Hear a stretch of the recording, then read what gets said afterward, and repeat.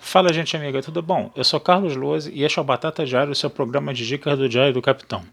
E hoje nós vamos continuar nossas análises de episódios de Jornada nas Estrelas. Vamos voltar a DS9, mais especificamente ao 25º episódio da segunda temporada, intitulado O Tribunal. Gente, esse é um episódio muito bom, tá? Mais outro episódio bom de DS9, mais outro episódio onde DS9 sabe fazer aquilo que ela sabe fazer de melhor, faz aquilo que ela sabe fazer de melhor, né? Que é falar questões de ordem política, né? E vai ser um episódio muito centrado, né, no nosso chefe O'Brien, né? Que o O'Brien, coitado, que está sempre ali, né, pagando pato em várias coisas, né? O episódio começa com o O'Brien indo para uma licença de uma semana, né? Ele está com a Keiko numa nave auxiliar, né? No caso, né? Antes dele ir para essa licença de uma semana de estar na nave auxiliar com a Keiko, ele se encontra com um velho amigo chamado Boone, né? Da época da guerra lá de Cardassia, coisa e tal, né? Que eles faziam parte, vamos dizer assim, da federação nessa resistência contra os cardassianos, né? Que tinha toda essa coisa que a federação teve envolvida, né? Coisa e tal, né? E aí, enquanto ele está viajando com a Keiko, aparece uma nave cardassiana para ele, né? E diz, né, que ele tá preso, né? Leva ele preso, né? Um cardassiano fica, leva a Keiko de volta para a estação, né, na nave auxiliar, né? E o nosso O'Brien acaba indo, né, para uma sala de interrogatórios, né? Lembra muito aquele episódio, né, que o Picard é torturado, né, por um interrogador cardassiano, né, no caso, né, que é um episódio lá da quinta, sexta temporada. Eu confesso a vocês que eu não me lembro o título agora e nem me lembro a temporada, mas é de uma temporada alta, assim, lá para as temporadas finais, né? E aí tiram, né, uma mecha de cabelo do O'Brien, tiram um dente molar, né, coisa e tal do O'Brien, né? E aí aparece uma juíza, né, que é uma magistrada, né, que é a Macbar, né? E ela diz que o julgamento do O'Brien vai ser no dia seguinte, né? E esse julgamento do O'Brien, o O'Brien já está com o veredito dado, ele já é culpado, entendeu? E em 2 semanas ele já está, né? Em 2 semanas ele vai ser executado, né? O julgamento, no final das contas, é somente o quê? É somente uma espécie de espetáculo, inclusive meio que televisivo, né? Onde o O'Brien ele vai, né, confessar o seu crime, né? E ele vai mostrar o remorso, né, pelo seu crime, né? Para mostrar à população cardassiana que a justiça cardassiana ela funciona, ela é rápida e ela não falha, entendeu? E o sistema judiciário nunca, vamos dizer assim, deixou de punir os seus culpados, né, no caso. Né? Uma coisa bem autoritária, o pobre do O'Brien não sabia nem do que estava sendo acusado, né, para começo de conversa, né? E é muito interessante a gente ver que muitas dessas coisas a gente vê, inclusive, na nossa vida real, né? Todas essas situações aí, né?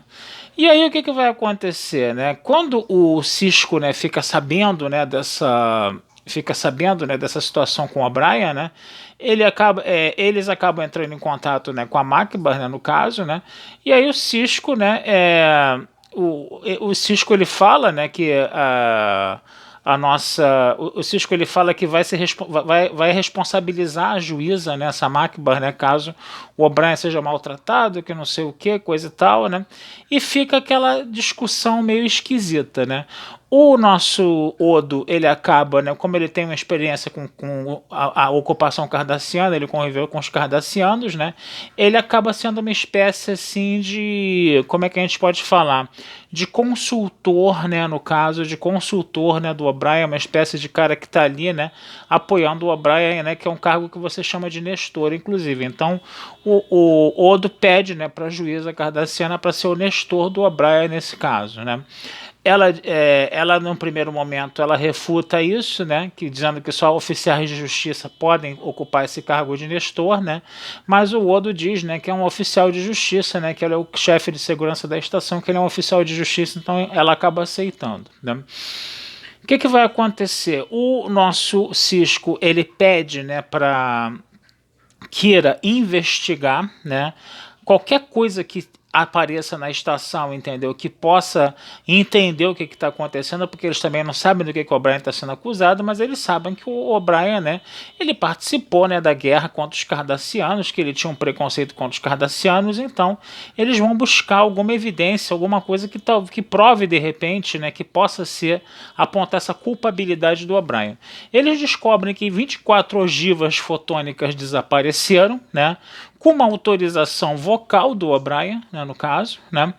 E eles começam a achar que o O'Brien entregou, né, essas ogivas para os maquis, né, no caso, né? O nosso o nosso Odo, ele vai, entendeu, para Cardassia, onde o O'Brien está preso, né? Ele vai com essa informação, ele pergunta pro O'Brien, o O'Brien jura de pés juntos que é inocente, que não fez nada daquilo, coisa e tal, entendeu? O Odo acredita nele, né? E o Odo fala que no julgamento o O'Brien tem que mostrar essa mesma como é que a gente pode falar, essa mesma vontade, né, essa mesma forma de inocência, né? Manifestar essa inocência com toda a coragem que ele tem que ter, entendeu? Ao invés de já se considerar derrotado nesse julgamento, né? No caso, né? E aí vai se fazendo uma investigação cada vez mais detalhada dessa coisa da ogiva, né? Eles estudam um pouco esses comandos vocais, eles percebem que esses comandos vocais do O'Brien, eles na verdade foram construídos. Por quê? Porque esse Boone, né, que era o amigo do O'Brien, né, ele gravou a voz do O'Brien, né, para poder fazer esse registro vocal, né, do O'Brien, falsificar esse registro vocal, né? E aí também, né, ele também acabou sendo identificado como Maqui, né, que estava na estação, né, porque esse Boone ele tinha essa origem Maqui, né, e ele foi identificado como esse Maqui da estação. O Boone acaba sendo chamado, né, pelo Cisco, né, no caso, né? O Boone diz que não tem nada a ver com isso, né? Mas depois eles vão, né, estudando o passado do Boone e percebem que o Boone não vê os pais há 8 anos, que não vê a mulher há 8 anos, né, e que ele também se desligou da federação há 8 anos. Né, e aí eles queriam saber quem é esse Boone. Aí ele vai ser colocado para fazer um exame médico, né, pelo Bashir, e aí eles vão descobrir que o Boone, na verdade, é um espião cardassiano, que ele não tinha nada a ver com os Maquis. Inclusive um Maqui, né, que aparece às escondidas lá na enfermaria do Bashir, completamente às escuras, diz também que o Boone não tinha nada a ver com os Maquis também, né? Então, o que estava acontecendo na verdade?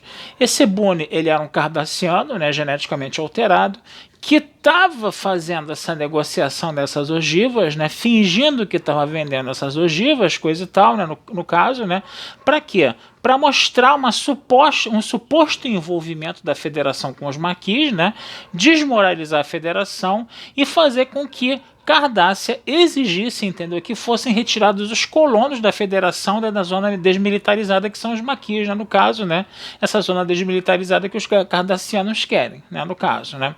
Então o O'Brien, na verdade, ele estava servindo aí como uma bucha de canhão para tudo isso.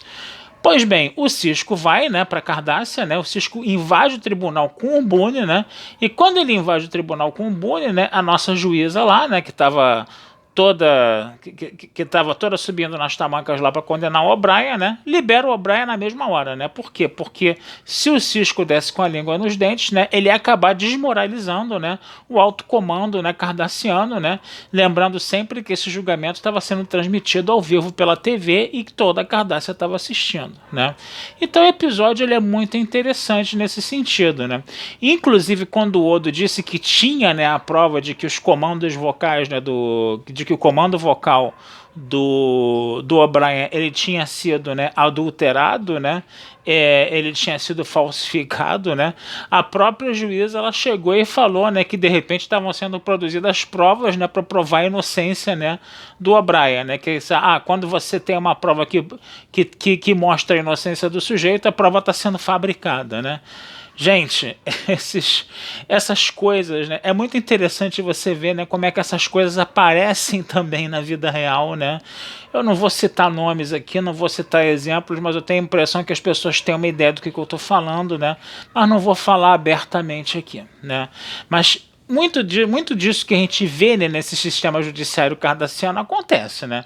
A pessoa já está praticamente condenada, né, no caso, né, dependendo do julgamento, o julgamento acaba sendo só uma amostra, entendeu, de que está sendo pelo menos feito um julgamento, coisa e tal, de que você está, entendeu, fazendo uma justiça, né, que você está fazendo uma justiça para você aplacar a sanha, né, de justiça da população, né, no caso, né, mesmo que fazer essa justiça signifique que implique em você não fazer uma justiça, né? No caso, você faz uma injustiça, né?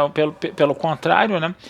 Então é um episódio que, sabe, ele é um pouco visionário, né? Ou não, ou nem tanto visionário, né? Na verdade, ele tá só mostrando coisas, né, que já acontecem há muito tempo, né, na nossa vida real, na nossa sociedade, né? É um caso de você ver, né, a arte, né, imitando, né, de uma forma muito desagradável a vida, né? Infelizmente, né, a gente sabe, né, que essas coisas existem por aí, estão acontecendo, né? E esse sistema judiciário cardassiano, ele é só uma metáfora disso, né, no caso, né, que a gente está vendo aí no caso, tá? Então, DS9, né, novamente aí, né, trabalhando de uma forma muito elaborada essas questões, né, de ordem política, né, de ordem, né, ideológica, coisa e tal, tá? Gente, vou ficando por aqui, tá? Desejando vida longa e próspera a todos, tá? Esse texto tá lá na Batata Espacial, como sempre. Não deixem de curtir, compartilhar, comentar o Diário do Capitão nas redes sociais, que essa ajuda de vocês sempre nos é muito bem-vinda, tá certo? Um abração, fui e até a próxima.